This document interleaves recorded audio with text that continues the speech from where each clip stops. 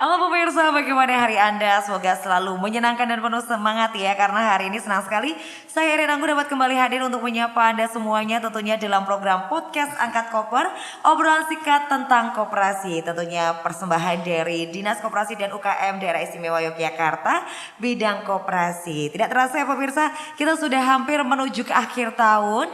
Jadi untuk Anda nih mungkin merasa di tahun ini kurang maksimal ya, ada sesuatu yang belum tercapai. Semoga nanti di tahun depan apa yang menjadi rencana Anda tercapai. Intinya adalah semangat ya. Dan kali ini seperti biasa di podcast Angkat Koper, tentunya saya tidak sendiri, sudah kehadiran 3 tamu terbaik yang tentunya kita akan ajak ngobrol, diskusi mengenai tema yang tentunya tidak kalah menarik dengan episode sebelumnya. Dan hari ini kita akan membahas terkait dengan penumbuhan kesadaran kaum muda Daerah Istimewa Yogyakarta untuk menjadi pionir gerakan koperasi. Langsung saja kita sapa untuk tamu kita hari ini. Sudah hadir kali ini Bapak Muhammad Ajrudin Akbar selaku anggota Komisi B DPRD Daerah Istimewa Yogyakarta. Pak Ajrudin, ketemu lagi dengan konsep yang berbeda ya. Sehat Pak? Alhamdulillah sehat. Oke, kegiatan makin banyak ya Pak akhir tahun ya. Iya. Semangat terus ya Pak Ajrudin ya. Semangat. Oke, baik, terima kasih Pak Ajrudin. Dan selanjutnya sudah hadir bersama dengan kami hari ini yaitu Bapak R. Bagus Guritno Apriyanto selaku Ketua Koperasi Pandu Usaha Sejahtera. Ini saya manggilnya Pak Bagus. Pak Bagus. Kalau ya. di kami Kak. Oh Kak, baik. Kak. Oke, Kak siapa nih saya manggilnya? Kak Bagus. Kak Bagus, Iya. oke. Kak Bagus apa kabar, sehat Kak Bagus? Sehat, salam pramuka, selamat sore. Oke, luar biasa, salam pramuka. Dan satu lagi juga sudah hadir bersama dengan kami yaitu Bapak Yudi Yusuf selaku Kepala Bidang Koperasi Dinas Koperasi dan UKM Daerah Istimewa Yogyakarta. Halo Pak Yudi Yusuf, sehat ya Pak? Alhamdulillah. Halo Waduh, Mbak Anggu. setelannya sekarang pakai jas ya, lebih keren ya Pak ya. Baik, terima kasih Pak Judin, lalu juga Kak Bagus dan juga Pak Yudi Yusuf. Langsung saja kita menuju ke Pak Ajudin dulu deh ya mungkin ya yang paling dekat sama saya. Pak, ini menarik ya kembali nih kaum muda, milenial ini dibahas kembali begitu. Nah sebenarnya untuk kaum muda terkhususnya untuk dalam bidang koperasi ini yang diharapkan dari milenial ini sebenarnya apa sih Pak kalau menurut Pak Ajrudin ini? Ya, terima kasih Mbak Anggun. Jadi bicara koperasi ini Pak Yudi ya. Siap. Kayak saya itu udah hidup di koperasi lebih dari separuh umur saya. Oh. Jadi Itu dari milenial umurnya, dulu, Mbak. pertanyaannya umurnya sekarang berapa nih Pak Ajrudin? Nah, Darahnya golongannya K ya Pak? Golongan darahnya K ya? jadi belum Koperasi. diminta milenial ya, Ya, Pak. Dulu sudah ya, Pak. Dulu milenial sampai kolonial. Tapi kan ini agak berbeda ya, muda Iya. dan juga koperasi yang mungkin sampai dengan sekarang ini dianggap Iya. masih konvensional Betul. begitu. Nah ini tantangan saya kira Pak Yudi terkait dengan bagaimana para milenial ini supaya tertarik dengan koperasi. Kemudian mereka bisa aktif atau bahkan ya pokoknya berkecimpung di dunia koperasi. Ini satu tantangan saya kira karena persepsi tentang koperasi ini biasanya ya kan biasanya nanti nek wis pensiun terus aktif di koperasi Aku pensiun ya Pak ya. atau ya dalam konteks tertentu lebih belum mengikuti perkembangan zaman IT dan sebagainya. Ini saya kira tantangan bagi kita. Nah, tentu yang kita harapkan koperasi-koperasi sekarang pun harus mampu menyesuaikan diri dengan perkembangan zaman. Sehingga menarik bagi para anak muda, para milenial. Dunia digital harus bisa masuk di koperasi atau koperasi membuka diri tentang dunia digital, IT ya kan itu. Sehingga ya dengan seperti perbankan itu ya sudah bisa dengan mobil banking dan sebagainya. Saya kira ini nanti menjadi cita-cita kita bersama. Betul, Pak. Koperasi mampu melayani seluruh elemen masyarakat, seluruh umur ya kan. Dalam hal ini tentu mereka yang sudah memiliki kecakapan hukum ya. Karena ini sesuai dengan Undang-Undang Koperasi ya. Iya. Undang-Undang Koperasi itu di dalamnya menyatakan bahwa anggota koperasi itu ya mereka yang sudah cakap hukum, ya, begitu. Oke, baik. Ini menarik ya. Mungkin kita boleh langsung ke Pak Yudi Yusuf, Pak. Siap. Kalau kita bisa bilang ya untuk anak muda ataupun milenial, generasi muda ini kan suka sekali dengan hal-hal yang serba mudah, ya. Lalu juga cepat. Nah, ini koperasi ini kan juga dituntut untuk dapat menyesuaikan ya dengan lembaga perbankan yang lain. Nah, kalau menurut Pak Yudi Yusuf untuk koperasi sendiri apakah sudah bisa disandingkan dengan lembaga perbankan yang lain? Dan tentunya ini juga dalam rangka untuk menarik minat generasi muda juga nih Pak, karena mereka digadang-gadang sebagai pionir juga gitu. Terima kasih Mbak Anggun.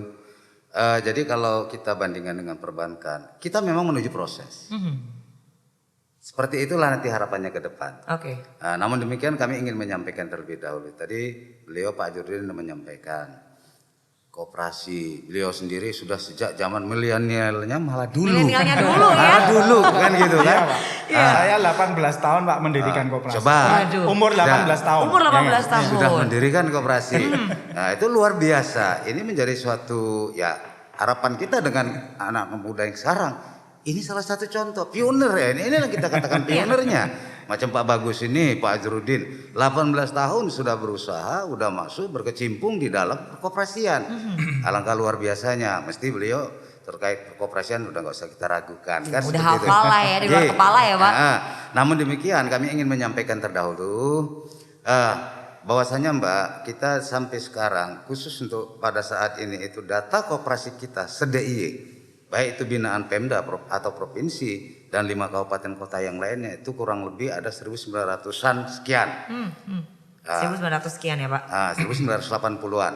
Nah, dari sisi itu kalau kita berbicara sekarang anak muda sebagai pionir itu kan harapan supaya segera kita bisa masuk ke sana. Butuh transisi, butuh regenerasi. Tapi sejujurnya yang dulu milenial sekarang jadi senior dong. Bener nggak Pak? Iya betul. Kan gitu. Kan zaman berubah ya Pak Iya, ya. itulah yang terjadi Mbak. Jadi kalau kita harus berbicara milenial, usia muda, anak muda menjadi pionir, ya tentunya kita juga harus kembali aturan perundangan yang berlaku. Oke. Karena pertama kekuasaan tertinggi ada pada anggota. Betul. Itu tidak bisa ditapikan. Itu yang pertama. Dan anggota adalah pemilik sekaligus pengguna dan penerima manfaat.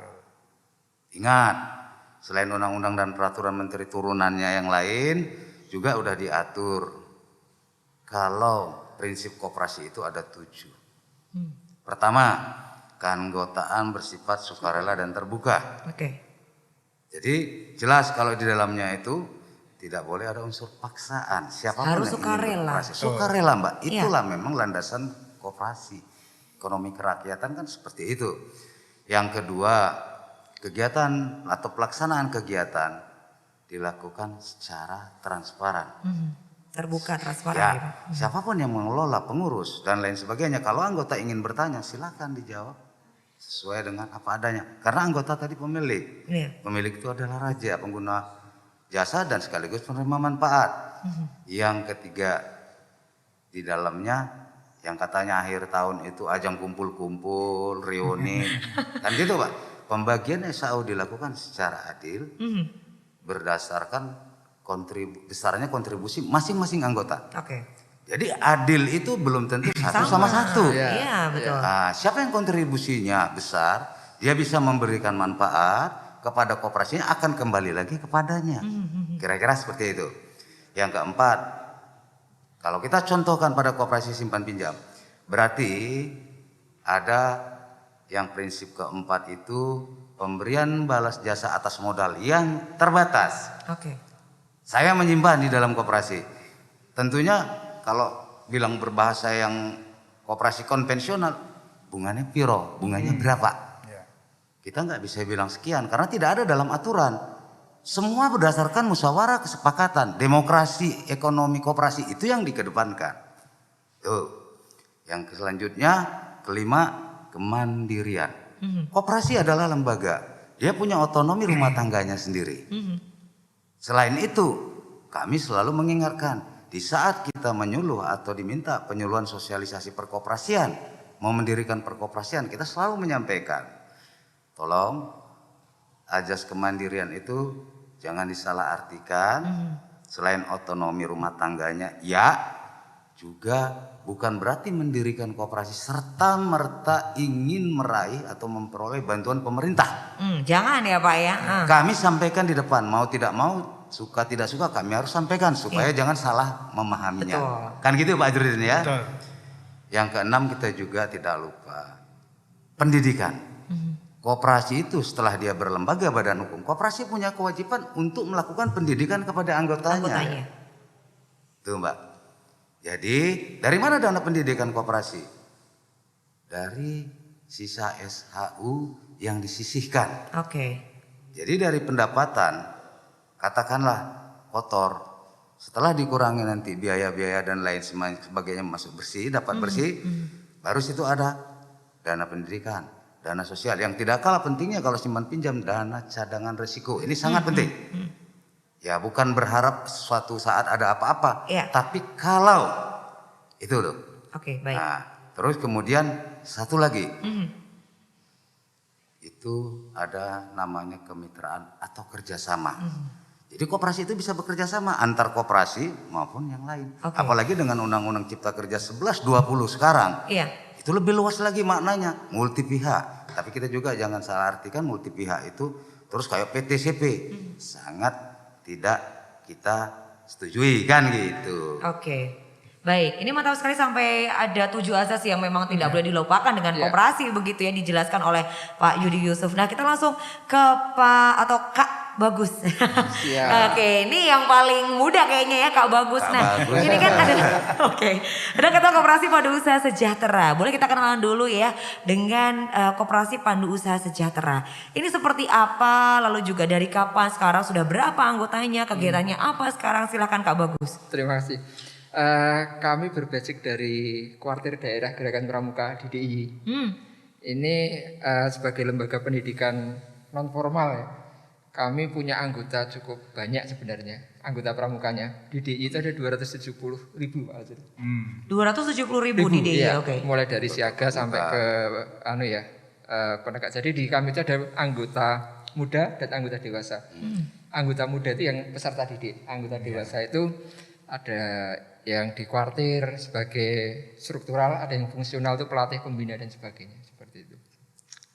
Kemudian di organisasi kependidikan ini kami mendirikan koperasi ya pasti 3 fungsi yang mulai berdiri ini kita gaungkan. Yang pertama fungsi ekonomi pasti karena kita lembaga ekonomi ya.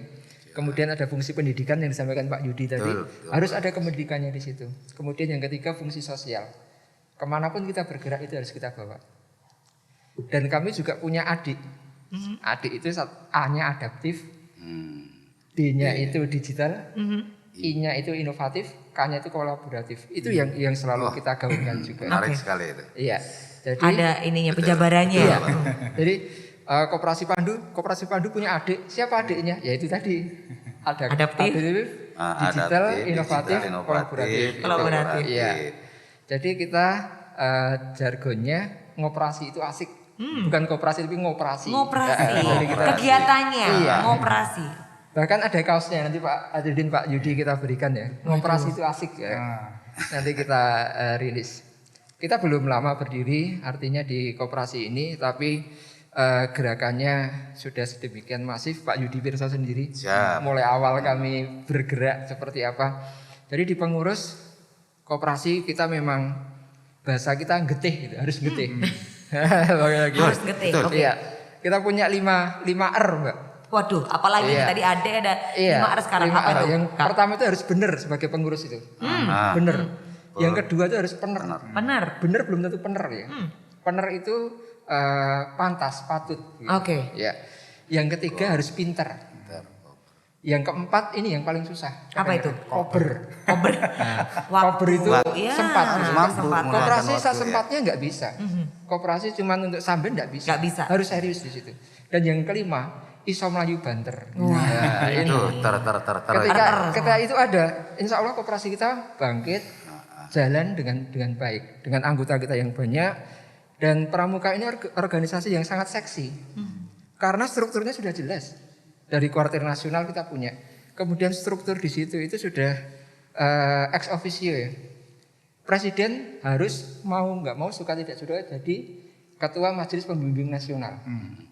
Di tingkat daerah gubernur pasti jadi kamabida, suka tidak suka. Nanti ada ketua DPRD, ada wakil gubernur dan sebagainya. Di tingkat cabang pun seperti itu. Wali kota harus jadi kamabicap, ketua Majelis Pembimbing Cabang. Kalau nggak mau ya jangan jadi wali kota gitu ya Pak Yudi ya. Ya Pak Yudi. Di camat juga begitu, Pak Camat harus jadi ketua Majelis Pembimbing Ranting. Dan di gugus depan kepala sekolah harus jadi ketua Majelis Pembimbing gugus depan. Kita di DIY ada 3.740 gugus depan. Ini kalau jaringan ini jalan luar biasa. Kita baru mau membuat potret potensi pramuka DIY. Jadi apa punya apa dan apa butuh apa. Oke, apa punya apa dan apa butuh apa. Iya. Katakanlah Pak Yudi punya usaha ayam geprek. Outputnya adalah ayam geprek. Butuhnya butuh ayam, butuh cabai dan lainnya. Ketika ini bisa terkolaborasi, nanti suatu saat kita paparan di tingkat nasional. Ini loh di Pramuka DIY itu punya 1.473 peternak lele pramuka yang menghasilkan 12 ton lele sehari katakanlah. Kemudian ada 1.327 katakanlah pedagang ataupun industri ataupun warung lele yang menyerap 10,5 ton lele sehari. Artinya DIY ada surplus pramuka DIY surplus 1,5 ton. Kuartir daerah mana yang mau ngambil silahkan. Oke. Ayam baru 1-2 produk luar biasa kalau program kita ini jalan. Karena kita punya tim IT yang cukup pelari juga lah. Karena harus melalui banner tadi. Iya. Pelari juga. Itu yang baru kita kembangkan. Kemudian secara sistem katakanlah mau daftar di koperasi kami. Pertanyaan pertama yang muncul adalah anggota pramuka atau bukan? Oke. Ya kalau bukan ngisi data nama dan sebagainya dan diisi. Tapi kalau iya akan ditanya NIA nomor induk anggota. NIA diketik, data langsung Keluar semua. masuk semua. Update keluar. Karena NIA kita sudah masuk itu. Nah ini yang digitalisasi ini yang sangat penting. Oke. Warung kita di dalam Mbak. Di bumi perkemahan Babarsari kita punya lahan yang nggak terlalu luas, 9,3 hektar. Tuh. Kalau udah ngomong nggak begitu luas, tapi saya nunggu nih berapa hektar ini. Itulah 9,3 hektar. Tandu. Itu hutan yang ada di dalam kota. Satu itu. Yang lain nggak ada ya Pak ya, selain Babarsari ya. Suasananya masih hutan. Dan anggota kami beberapa kepala dinas lah di DIY. Belasan lah yang sudah anggota kami. Anggota kami baru 68.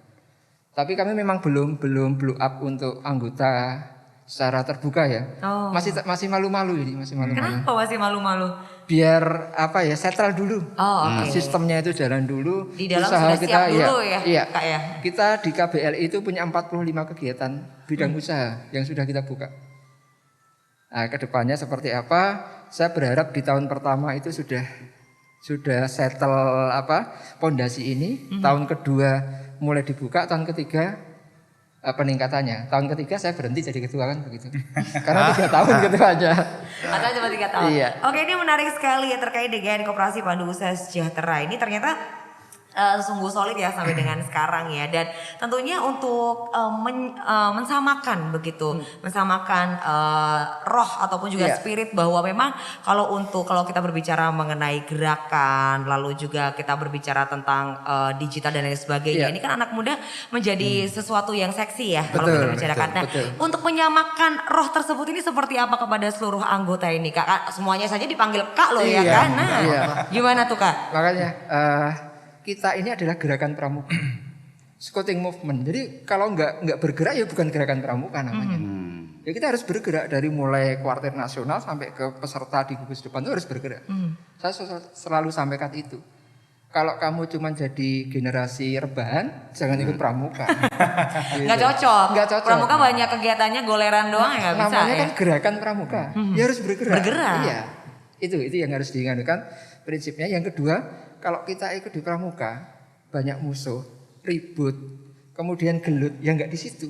Di situ tuh di sini senang, di sana senang kok. Iya. Lagunya kan Kan ada lagunya, ya kan? Senang. Iya. Jadi ketika masuk itu kok dapat masalah ada yang salah ini. Oke. Masuknya pasti pakai kaki kiri ini. Gak kaki kanan ya. Oke, coba kita ke Pak Ajudin. Ternyata kita baru tahu ya di umur 18 tahun Pak Ajudin ini sudah mencoba untuk mendirikan koperasi di umur 18 tahun. Betul ya. Nah, ini dulu ceritanya gimana Pak? Tapi kan memang zaman berubah ya. Dan sepertinya mencari Pak Ajudin yang lain ini sepertinya gak susah ya di zaman sekarang. Boleh diceritakan dulu bagaimana dan untuk kondisi sekarang kalau Pak Ajudin melihat seperti apa nih anak muda dan juga koperasi? Jadi begini, dulu ceritanya tahun 97 itu kan krisis Pak ya. Iya. Krisis waktu itu saya lulus SMA 96. Oke. Ya, lulus SMA 96, 97 krisis pada nganggur gitu ya. Pada nganggur terus pada main badminton itu. Kita kebetulan ternyata yang main badminton itu nganggur semua gitu. Ini satu kesamaan ya, yaitu nganggur. Terus kita ngobrol-ngobrol, yuk mbok kita buat usaha bisnis kan itu. Ya awalnya kita membuat usaha dagang, ya udah dagang kelontong itu. Tapi lama-kelamaan setahun setelah itu kita kita pakai badan hukum yang resmi, apa yang cocok. Nah, ternyata kita walaupun muda milih koperasi kan itu. Milih koperasi waktu itu, terus berkembang Anti mainstream ya Pak ya. Iya. Saat itu ya kan. Saat itu ya koperasi itu identik dengan orang tua-tua kan gitu. Iya, dengan sekarang juga masih ada beberapa yang berpikir ya Pak ya. Ya. Jadi saat itu kami milih koperasi badan hukumnya sehingga tahun 98 itu kami sudah dapat badan hukum koperasi Pak. Tahun 98. Ya, tahun 98 sampai sekarang tahun 2021 artinya sudah 23 tahun ya kan. Alhamdulillah ya sudah berkembang, anggota cukup banyak, karyawan kami ada 47 orang. Ya, gitu. Ada beberapa unit ya, unit simpan pinjamnya ada. Kemudian kami juga mengelola swalayan, ya, namanya BMT Swalayan. Jadi ini memang bertahap semuanya. Ada sektorialnya, ada sektor simpan pinjamnya, ada jasanya juga. Gitu. Jadi saya kira ini satu hal yang menarik tadi Pak Bagus ya, Kak Bagus.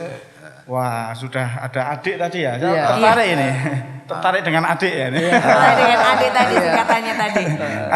Ada D-nya itu digital. Iya. Kami yang operasi setua ini ya digitalnya masih sedikit lah, masih pakai software tapi software yang belum bisa online. Gitu. Nah kami berharap nanti berproses ya. Iya. Sudah pakai software tapi masih masih lokal saja. Belum sempurna lah ya Pak ya.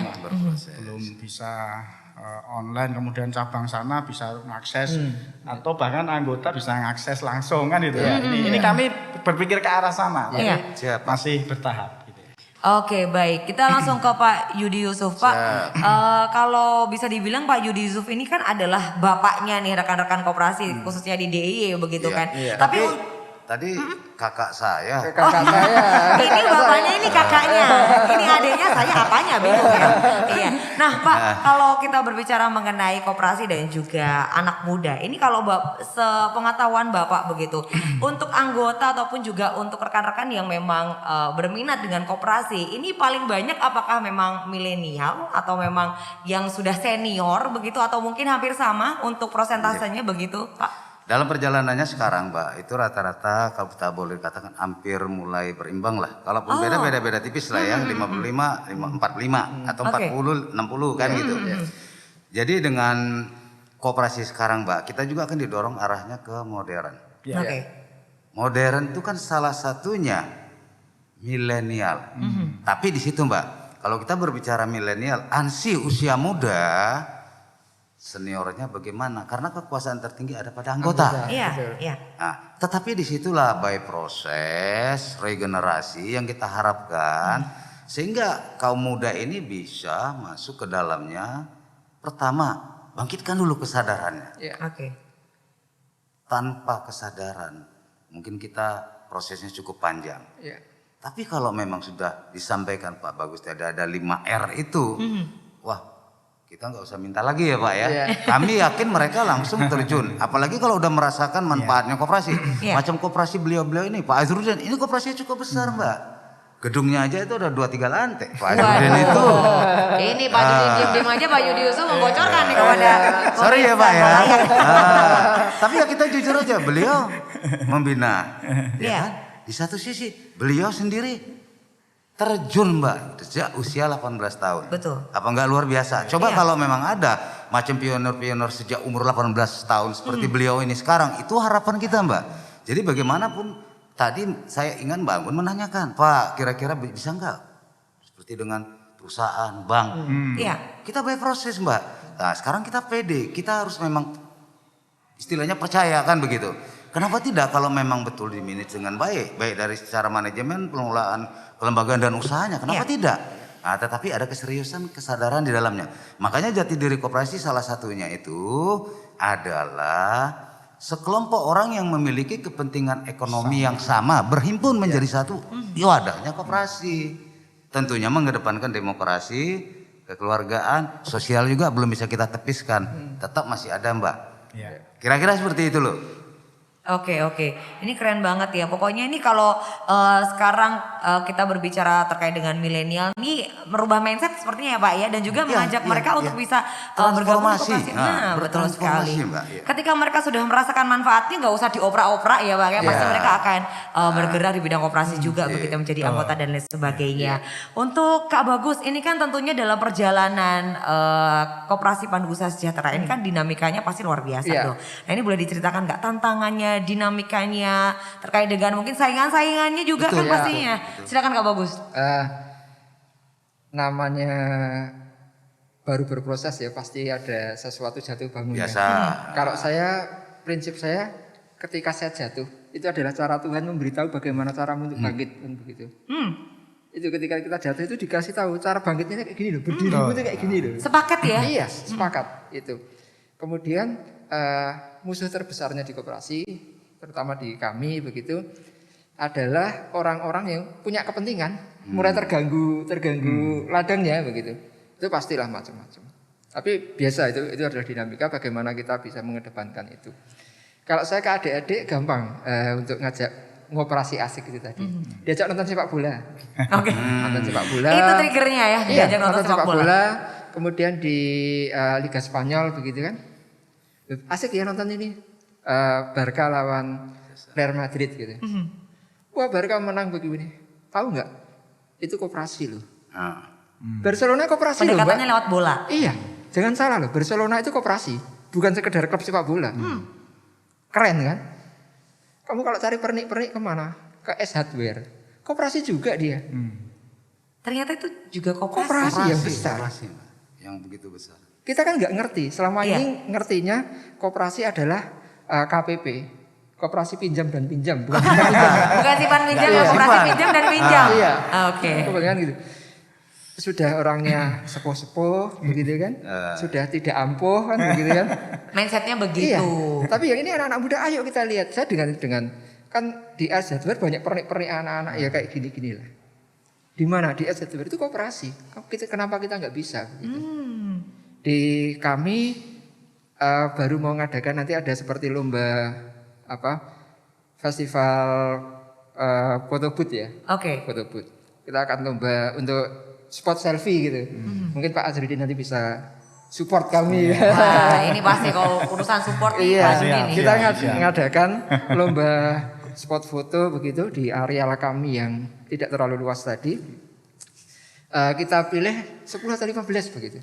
Ini bisa nanti program-program koperasi masuk di situ. BUMN bisa pasang untuk iklannya, advertising di situ, promosinya. Ini kan akan jadi kita tuh mau trekking bisa di situ, mau glamping bisa. Jadi kita dari depan masuk itu sampai ke ujung selokan sana Pak Azrudin. Lokasi kita itu. Dari sini sungai sampai di sana pojok gedung. Kalau Mbak Anggun jalan di situ muter komplit gitu, lumayan ya Pak. pasti pakai tandu terakhir. Karena saking luasnya. Pingsan pasti. Tapi santai aja Mbak. Kalau di Pramuka sudah biasa. Biasa ya. Tandu-tandu udah Tough biasa. ya. Tandu-tandu banyak ya. Doain saya berarti nih Pak Azrudin kayaknya nih. Kita kalau ngajak anggota mereka cuman setengah putaran. Setengah putaran. Dan di situ akan kita jadikan pusat nanti di situ. tetap tidak mengganggu bumi perkemahan, nggak kita ganggu, tapi kita punya spot-spot untuk koperasi. Nanti rencana ada food court di situ, ada kafe pandu di situ, kemudian ada omah kali di situ di pinggir sungai itu. Sebenarnya banyak yang kita kolaborasikan. Kemarin saya matur ke Pak Yudi, Pak besok lagi kalau saya ke sini air minumnya jangan yang ini ya. Air minumnya harus air pandu. Kita kerjasama dengan dari Kulon Progo atau dari Sleman seperti itu. Bila beli koperasi, Pak. Iya, begitu. Kita brandnya Salah pandu. satu promosi. Brandnya pandu. Jadi dari kita untuk kita oleh kita begitu. Betul. Kemudian snack di kuartir daerah sendiri itu setahun ratusan juta lah. Snack ya untuk konsumsi lah. Oke. Ini sudah mulai beralih ke kami yang buat.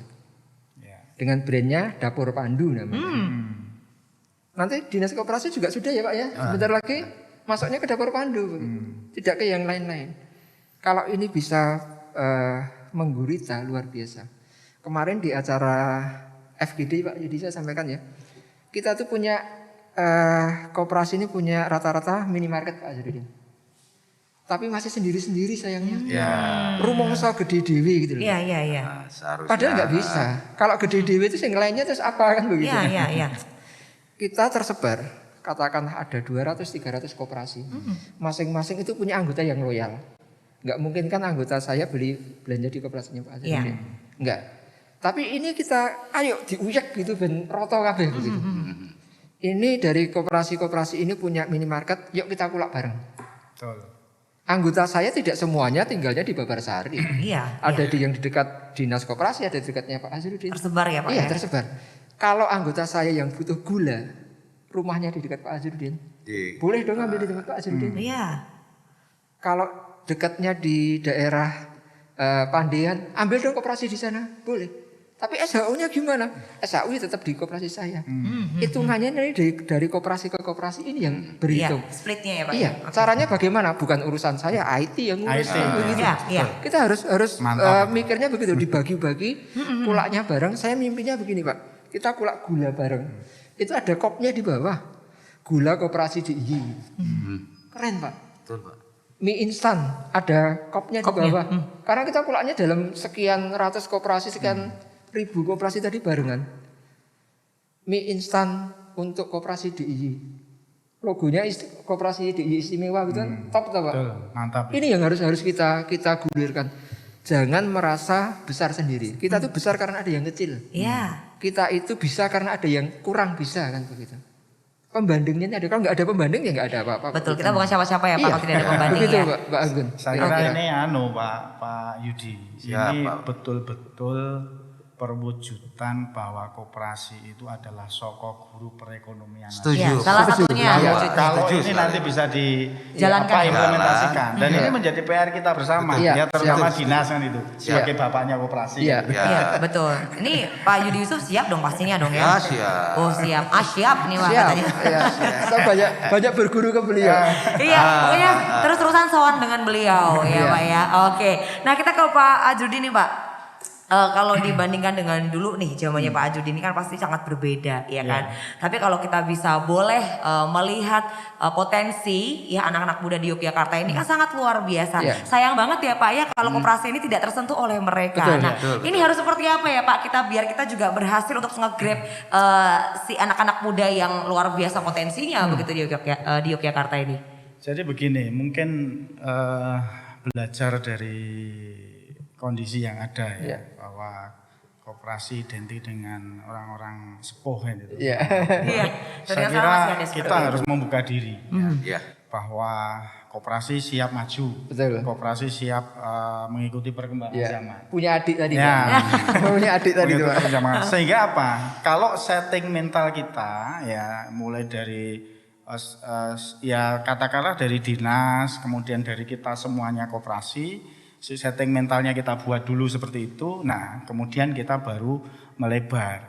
Melebarnya bagaimana? Ya bekerja sama mungkin dengan dunia pendidikan, dinas pendidikan, bagaimana sosialisasi koperasi itu melalui sekolah-sekolah, ya kan, bahwa berkoperasi itu sesuatu yang mulia, Siap. berkoperasi itu nanti Bermanfaat akan gitu. bermanfaat, membangkitkan ekonomi bangsa. Ya.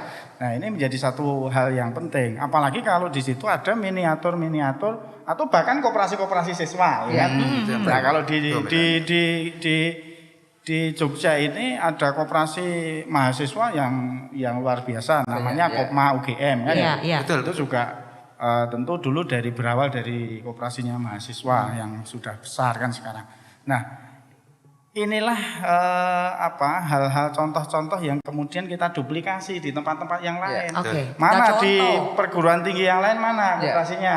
Di SMA atau SMK yang lain mana? Prototipe koperasi-koperasinya. Disinilah kemudian akan muncul kesadaran anak-anak muda bahwa ternyata berkoperasi itu bermanfaat. Apalagi kemudian juga sudah mengikuti perkembangan zaman. Ya sudah ada IT-nya, sudah bisa aksesnya bisa cepat, bisa mudah. Nah ini saya kira lebih menarik lagi nanti. Kan gitu. Betul Pak. Jadi koperasi asik tadi Pak. Koperasi Koperasi asik, iya betul. Koperasi itu asik. Jadi nggak apa-apa ya kalau misalnya kita memberikan pendidikan terkait dengan koperasi ini semenjak dini ya, biar mereka lebih familiar, lebih tahu begitu. Nah kalau dari Pak Yudi Yusuf ini ada tidak Pak program yang memang kita khususkan agar mungkin koperasi goes to milenial atau koperasi untuk milenial atau seperti apa begitu? Silakan Mbak. Terima kasih Mbak. Kita akan sampai ke sana Mbak. Namun demikian itu semuanya by proses ya. Tadi kita dengar dari Pak Azrudin. Contoh ada Kopma UGM, UNY juga sudah ada. Bahkan mereka itu punya wadah himpunan FKKMI, Forum Komunikasi Koperasi Mahasiswa Indonesia. Ada HKMI, himpunan Koperasi Mahasiswa Yogyakarta. Bahkan seperti itu loh Mbak. Nah, makanya setiap kali kita ketemu, selain memang kita mensosialisasikan, kita juga minta tolong pada generasi muda. Karena nggak akan tersampaikan pesan kita itu kalau hanya kita saja. Jadi kita memang harus bersinergis. Senior, dinas, dengan kaum muda. Nah, setiap kali ada kesempatan, misalnya mereka audiensi. Selain mereka nanti berbicara program-program kerja mereka, kita juga titipkan. Tugas generasi muda ada di pundak Anda. Tolong.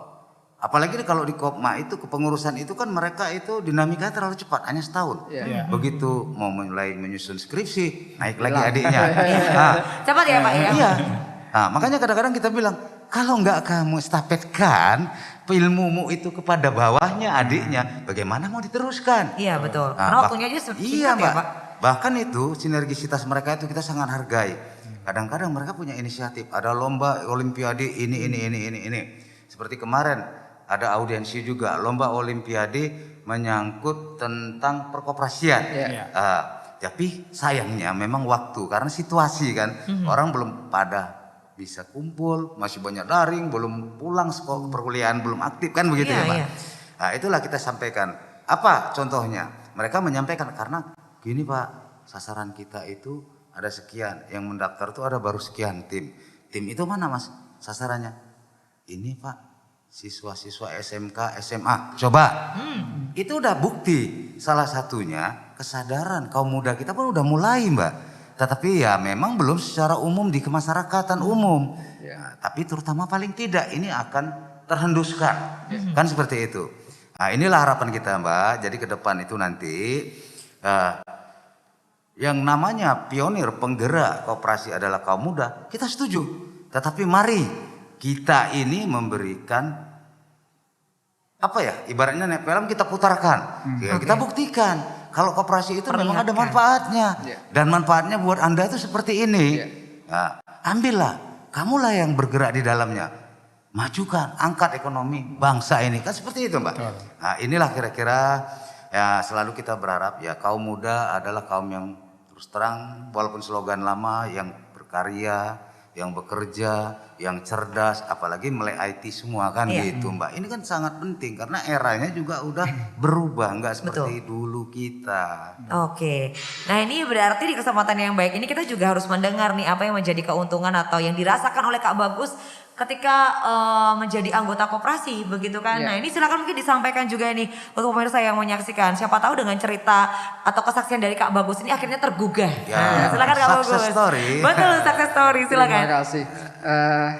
Di koperasi ini yang pasti nambah follower. Wah. Lumayan nambah follower bisa endorse ya. Iya, Itu udah milenial loh Mbak. Oh iya betul. Follower. Lumayan dengan milenial tuh Betul. Pak kalau udah ngomongin followers sosial Kemudian, media. Ini kita juga ngembangkan ke adik-adik ya, untuk responnya seperti apa gitu. Ini tapi kalau nggak Mbak Anggut nggak tak kasih tahu loh ini. Waduh, ini gara-gara saya Pak ya. Karena ini Ngentol loh, Kak Bagus loh. Hot news ini baru kemarin. Oh, hot news. Kemarin Apa tuh, Kak? kami berbicara dengan ketua bidang Bina Muda di Gerakan Pramuka. Saya coba, ayo untuk merangsang adik-adik ini ikut koperasi biar mereka juga merasakan manfaatnya apa. Iya, iya. Baru kemarin sore saya launchingkan, kita membuat bengkel koperasi. Bengkel koperasi. Kok bengkel koperasi, sorry. Apa itu? Bengkel wirausaha. Bengkel wirausaha. Bengkel wirausaha untuk menumbuhkan wirausaha muda ini. Entrepreneur. Ini dari siapa? Dari penegak dan pandega. Sekelas SMA dan perguruan tinggi ya. Kita buat di masing-masing kuartir cabang, nanti dikoordinasikan di kuartir daerah. Coba sekarang kita berikan dengan nanti akan dibina langsung oleh Koperasi Pandu Sejahtera ini. Ayo ikut jadi anggota koperasi, keuntunganmu apa? Yang pertama tadi follower itu, yang kedua apa saja ada kok di kita. Mau butuh apa? Karena link kita banyak. Apalagi nanti kalau bis data yang tadi saya sampaikan itu apa butuh apa dan apa punya apa itu muncul, linknya akan jadi lebih dahsyat gitu Pak. Kemudian ada nggak kita belanja? Kemudian dengan harganya murah, kualitasnya bagus, besok dapat cashback, dapat SU gitu loh Mbak. SHO. SHU. Saya lagi Su. apa itu SHO Kak? Iya. Dapat SHU. Itu kan luar biasa. Ini jadi apa? Perlu kita sampaikan terus.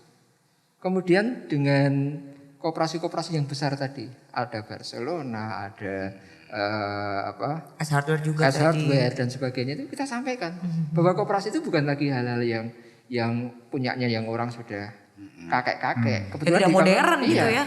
Yang kakak-kakak juga bisa gitu, adik-adik juga bisa gitu. Nah ini salah satunya, kemudian kita gotong royongnya yang pasti. Siapa yang pas butuh ini dibantu, kemudian pemberdayaan yang pasti. Jadi seperti snack tadi saya sampaikan, ini kita distribusi kok ke anggota-anggota kami. Siapa yang punya lemper, siapa yang punya ini gitu. Nasi dusnya ini ke siapa? Waduh saya kalau buat nasi dus utuh nggak bisa. Nah bisamu apa? Ya ayamnya biar Pak Yudi lah yang masak. Bisa nggak masak nasi? Wah masak nasi aja saya peroy gitu. Ya sudah kalau masak nasi nggak bisa, ngoncai timun saja. Iya, iya. Ngoncai timun sama lalapannya. Kita beli berapa? Nanti jadi dalam satu kotak ini banyak yang terlibat. Betul. Kolaboratif tadi. Iya. Di adik yang terakhir. Berapa yang tadi. bergerak ya Iya. dalam satu kotak Iya, itu? satu kotak berapa yang bergerak. Jadi tidak langsung catering di sana enggak. Memang itu kita bagi yang belum bisa. Ada pelatihan.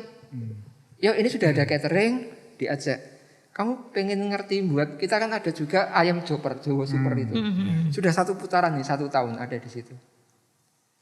Nah ini nanti kita ada syukuran yang kemarin Pak Yudi, harusnya jam 3:30 ini tadi.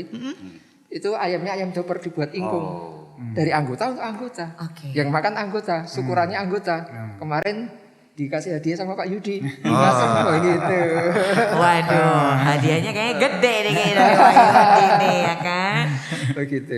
Oke, ini menarik ya kalau kita bisa membayangkan bagaimana guyupnya, gotong royongnya, Betul. hangatnya Iya, betul. dalam koperasi begitu. Kalau kita bilang keuntungan kan tidak melulu soal uang ya. Iya. Betul Mbak. Nah, betul. itu. Ini kalau di Pramuka Semangat gotong royongnya kita itu. punya semangat namanya persaudaraan bakti. Iya. Persaudaraan bakti itu jiwa korsanya Pramuka. Ini sudah ada, ditambah dengan gotong royong di koperasi, ditambah dengan persatuan Indonesianya di Pancasila. Luar biasa itu. Komplit ya, Iya, Pak. jadi ayo itu koperasi ini jadi satu, kita menjadikan suatu yang besar, jangan memandang koperasi itu nanti ujung-ujungnya cuma bermasalah. Yang bermasalah itu 1-2 dari ribuan koperasi ini. Yang terekspos ini terus. Kita coba buka lah yang koperasi sukses-sukses itu tempatnya Pak Azruddin juga sudah besar. Pernah kelihatan? Enggak. Yang kelihatan yang oh koperasi di sana pinjol ngapusi gitu. Ya diekspos terus. Ini nggak adilnya kadang-kadang di situ. Begitu Mbak Anggun. Oke, ini lengkap sekali nih dari Kak Bagus. Kita coba ke Pak Ajudi nih juga. Saya mau mendengarkan success story-nya ya. Mulai dari tahun 98 ya berarti ya Pak, 97 98 ya. Sampai dengan sekarang kan masih survive nih Pak. Ya, Iya kan. Nah, ini bagaimana nih cara dan kiatnya? Ini juga untuk rekan-rekan koperasi juga nih mungkin yang menyaksikan begitu. Ya. Silakan. Ya saya kira tadi ya kolaboratif tadi itu salah satu kunci sukses kami di dalam membangun koperasi kami. Karena kami juga berusaha untuk mengikut sertakan para anggota di dalam perputaran bisnis yang kami kelola kan begitu. Sehingga pada akhirnya semua menyadari bahwa ini adalah dari kita untuk kita. Dari kita, oleh kita, dan untuk kita. Nah, ini satu hal yang saya kira sangat penting menjadi salah satu kunci keberhasilan koperasi-koperasi gitu. Sehingga nanti kemudian ketika sudah merasa handar beni ya, ini loh rasa handar beni ini menjadi kesadaran yang sangat luar biasa bagi para anggota untuk merasa memiliki koperasinya, sehingga dia kemudian semangat untuk ikut aktif di dalam alur bisnis ataupun alur kerja di koperasi-koperasi itu. Oke, baik, ini semangat yang luar biasa ya Pak. Pokoknya semangat ataupun juga jiwa memiliki. Ini yang menjadi kunci juga ya ketika koperasi ini bisa langgeng. Nah, mungkin boleh terakhir untuk closing statementnya dari Kak Bagus lalu juga dari Pak Yudi Yusuf nih. Kita ke Kak Bagus dulu. Silakan closing statementnya Kak. Kita harus bersama, adik tadi harus kita jalankan, terutama adik ragil tadi yang kolaboratif itu, ya. Itu harus terus kita jaga. Kemudian yang kami gaungkan adalah ngoperasi itu asik. Kemudian fungsi ini jangan sampai tertinggal, yaitu fungsi ekonomi, fungsi pendidikan dan fungsi sosial. Jangan kita ekonomi tok nanti jadi kapitalis, sosial tok jadi sosialis. Nah ini 3 tambah pendidikannya ini. Jadi juga terdistribusi dengan baik, sosialnya ada, ekonominya ada, pendidikannya juga meningkat. Begitu Mbak. Mantap. Jadi harus seimbang semuanya ya, setuju. Mantap Kak Bagus. Mungkin dari ke Bapak Yudi Yusuf ini saya juga manggil Kak nih jadinya ya kan. Gara-gara Kak Bagus nih ini kan Bapak kita ini. Pak Yudi Yusuf silahkan Pak closing statementnya. Terima kasih Mbak Anggun. Kami dari Dinas Koperasi Daerah Istimewa Yogyakarta sangat mengharapkan atau menggantungkan harapan sangat besar kepada kaum muda. Mari berkoperasi, kaum muda berprestasi dan kaum muda berkoperasi. Terima kasih. Waduh. Ini mantap sekali ya tamu-tamu saya hari ini lengkap banget closing statement dari Pak Yudi Yusuf, dari Kak Bagus dan juga sukses story ini melengkapi juga ini dari Pak Ajudin yang sampai dengan sekarang nih koperasinya masih survive, ini luar biasa. Terima kasih Pak Yudi Yusuf, Kak Bagus, Pak Ajudin sudah bersedia untuk ngobrol asik, berdiskusi asik terkait dengan koperasi dan juga generasi milenial. Semoga bermanfaat dan sehat selalu untuk Bapak dan juga kakak sekalian ya. Semoga bisa berjumpa lagi di lain kesempatan. Dan terima kasih untuk pemirsa yang sudah menyaksikan podcast Angkat Koper atau obrolan singkat tentang koperasi episode kali ini. Dan kita berjumpa lagi di podcast Angkat Koper lainnya. Dan jangan lupa untuk terus terapkan protokol kesehatan dalam aktivitas Anda. Akhir kata, saya Irin Anggun pamit undur diri. Terima kasih untuk Dinas Koperasi dan UKM Daerah Istimewa Yogyakarta. Sampai jumpa.